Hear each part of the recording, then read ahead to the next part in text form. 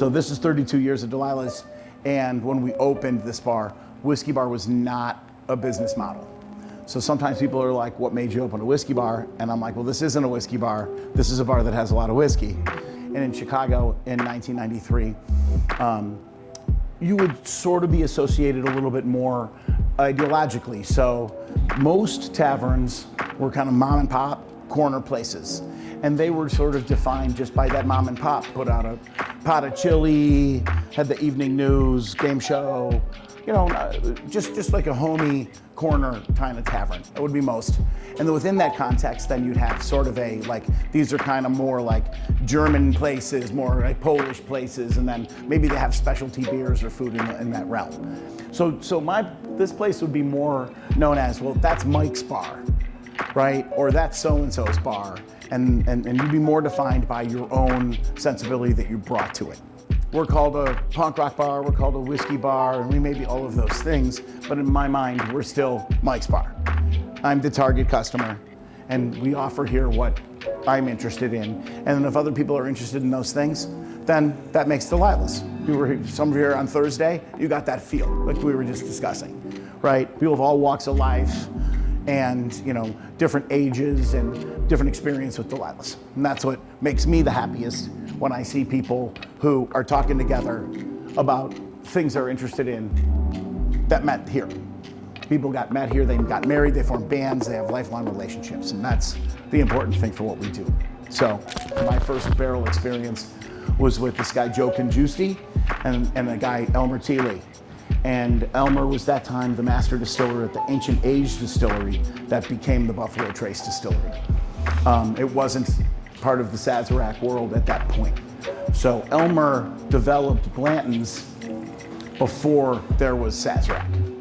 And we got me a bottle of Eagle Rare, every bottle ever made. In the lower right-hand corner, it says Joe C. And Joe Congiusti was the spirits buyer at Sam's Wines and Spirits. And Benny's bought out Sam's Wines and Spirits.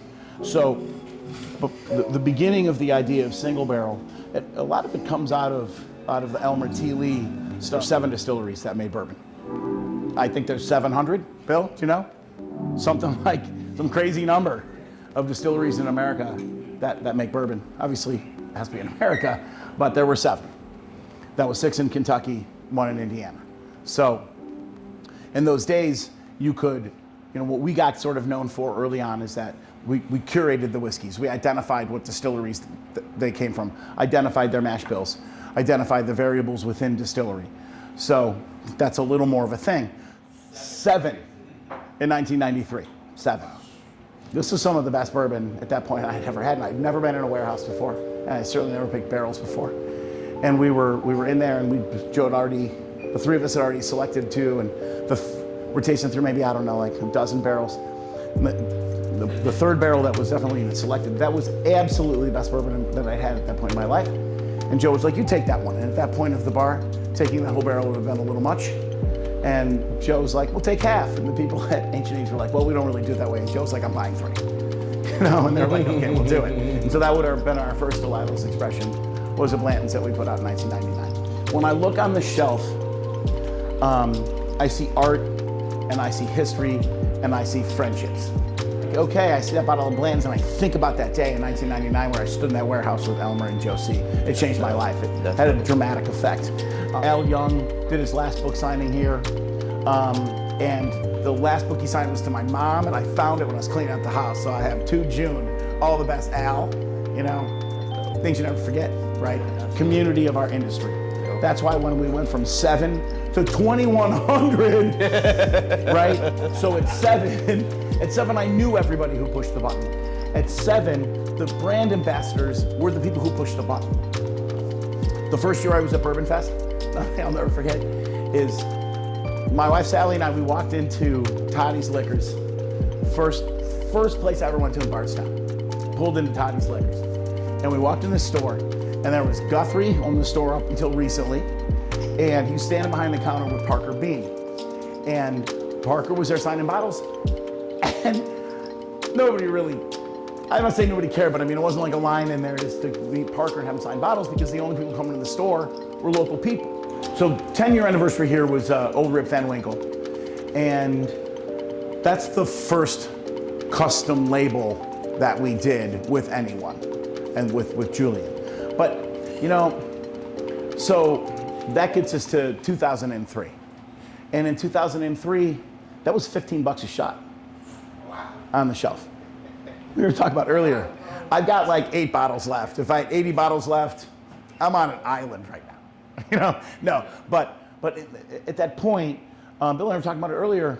I just ordered, when I ordered, there was no Pappy 15. Those were the squats. It was 10. There wasn't 12 yet. It was 10, 15 squat, Old Rip Van Winkle, and then 20 Pappy 23 wasn't there yet. Okay, but the 20 came in a 12 pack. And I ordered one of mine. I keep one of the 12 pack boxes at home because I can't give it up. And that 12 pack box was the last year of Stitzel. At least that's my recollection of what Julian told me, that 99, when it still said Lawrenceburg, was the last year of that came from what his dad made. 2006, I put out my first whiskey with Drew. That would have been the Kentucky Bourbon Distillers at that point, KBD. And that was our Delilah's 13th anniversary. That would be a single barrel. Within a certain time period, we put out a second version of that.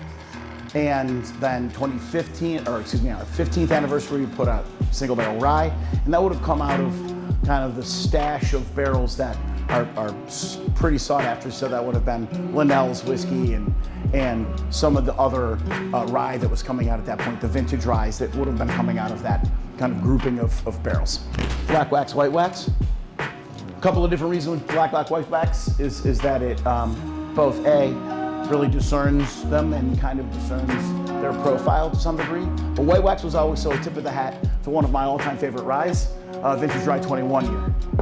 So that was sort of a little bit of, again at that point, something that really stood out to me and still does to this day.